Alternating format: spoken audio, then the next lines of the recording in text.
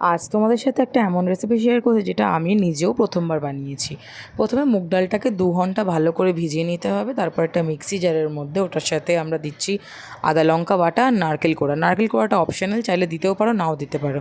এরপর ওটাকে একটা বাটিতে বার করে নিয়ে ওর মধ্যে আমরা দিচ্ছি হলুদ গুঁড়ো, নুন আর হালকা গরম মশলা গুঁড়ো দিয়ে ওটাকে ভালো করে মিশিয়ে নিয়ে একটা গরম তাওয়া ভালো করে গরম করে নিয়ে ওর মধ্যে জল ছিটিয়ে দেবে, তেল দেবে না, জল ছিটিয়ে দেবে, কারণ এটা কিন্তু একটা হেলদি রেসিপি।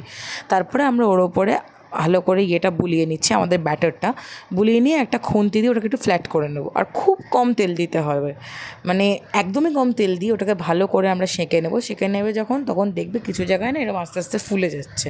ফুলে যাওয়া মানে তোমার নিচটা আস্তে আস্তে হয়ে গেছে। আর কম ফ্লেমে করার চেষ্টা করবে, হাই ফ্লেমে দিও না, দিলে কিন্তু কাঁচা থেকে যেতে পারে। তারপর এটাকে আমরা ভালো করে উল্টিয়ে নেব।